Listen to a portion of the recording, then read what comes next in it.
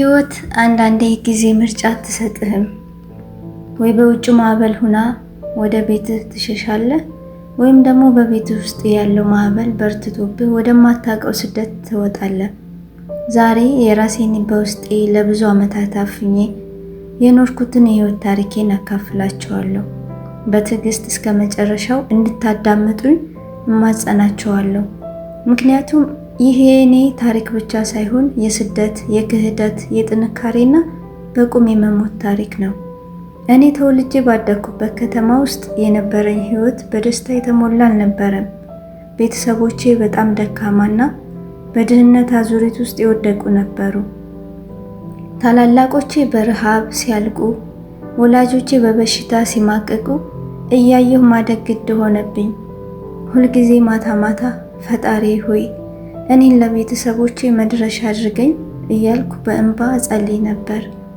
በዚህ ሁሉ መከራ ውስጥ እያለው ህይወት አንድ የሚያምር ነገር የሰጠች መሰለኝ። በአካባቢያችን የሚኖር ሁል ጊዜ ከጎንሽ ነኝ የሚለኝና የሚወደኝ የሚመስለኝ አንድ ወጣት ነበር። እርሱ ጋር ስሆን የቤት ውስጥ መከራዬ ሁሉ ይረሳኛል። እኔና አንቺ ተጋብተን ቤት ሰርተን ቤተሰቦቻችን እንረዳለን የሚለው ተስፋው ለህይወቴ አዲስ ብርሃን ሰጠው። ነገር ግን በቤት ውስጥ ያለው ችግር ከቀን ወደ ቀን እየበረታ መጣ። የአባቴ ህመም ጸና። የታናናሾቼ የትምህርት ቤት ክፍያና የምግብ እጥረት ከአቅሜ በላይ ሆነ። በዚህ ጊዜ ነው ወደ አረብ ሀገር ተሰድጄ የመስራት ሀሳብ የመጣልኝ። ይህንን ሀሳብ ለፍቅረኛዬ ሳማክረው በመጀመሪያ አትሂጂብኝ እያለ በጣም ተቃወመ። በኋላ ግን እሺ ሂጂ፣ እኔ እዚህ ሁኜ ቤት ሰራለሁ፣ መሬት ገዛለሁ፣ ገንዘብሽን እጠብቅልሻለሁ፣ ስትመጪ ደግሞ እንጋባለን ብሎ ማለልኝ። እኔም የመጨረሻ እምነቴን በእርሱ ላይ ጥዬ የአባቴን ህመምና የታናናሾችን ፊት እያየሁ የገዛ ሀገሬን አፈር ተሰናብቼ ወደማላቀው የስደት ዓለም በረርኩ። አረብ ሀገር ስደርስ ግን ህይወት ያሰብኳት አልሆነችም። የገጠመኝ ቤት ጨካኞች እና ሰብአዊነት የሌላቸው ነበሩ። በቀን ከ18 ሰዓት በላይ ስራ፣ እረፍት የሌለው ድካም፣ ትርፍራፊ ምግብ እና የስድብ ናዳ የዕለት ተዕለት ህይወቴ ሆነ። እንቅልፍ አጥቼ ሳለቅስ አድሬ ማለዳ በስድብ እነሳለሁ፣ ቀሰቀሳለሁ። ይህን ሁሉ መከራ የምታገሰው ግን ሁለት ነገሮችን እያሰብኩ ነበር። የመጀመሪያው በየወሩ የምልከው ገንዘብ የቤተሰቦችን ህይወት እንደሚቀይር፣ ሁለተኛው ደግሞ ሀገር ቤት በታማኝነት ይጠብቀኛል የምለው ፍቅረኛዬ በየወሩ የማገኛትን ሙሉ ደሞዜን ለእርሱ እልክለታለሁ። እርሱም ስልክ ስደውል መሬት ገዝቻለሁ፣ የቤቱ መሰረት እየጣልኩ ነው፣ አይዞሽ የኔ ቆንጆ፣ የኛ ህይወት ሊቀየር ነው እያለ ያረጋጋኛል።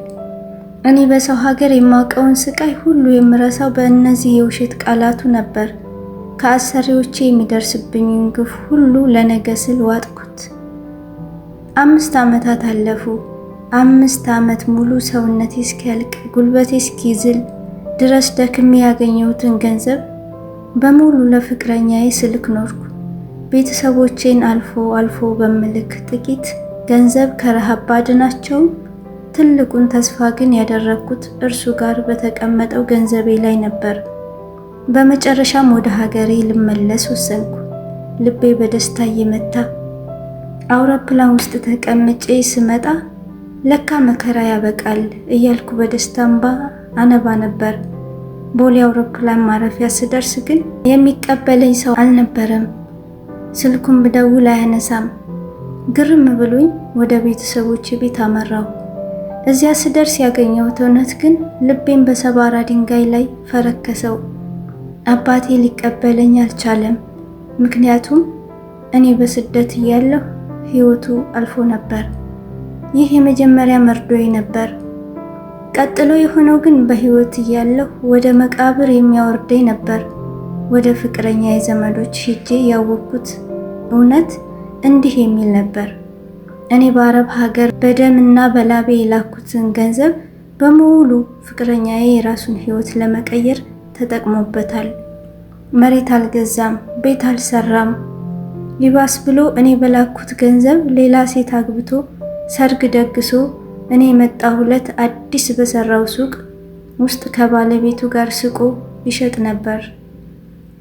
ወደ እሱ ሂጄ በእንባ ዓይኖቼ እያየሁት ለምን አደረከኝ ስለው በፍጹም ጭካኔ ማስረጃ ካለሽ ፍርድ ቤት ይዘሽ ክሰሽኝ፣ ገንዘቡን በፍቃድሽ ነው የላክሽው አለኝ። የማምነው ሕይወቴን የሰጠው ሰው በሰው ሀገር የተንገላታሁበትን ላቤን እንደ ውሃ ጠጣው።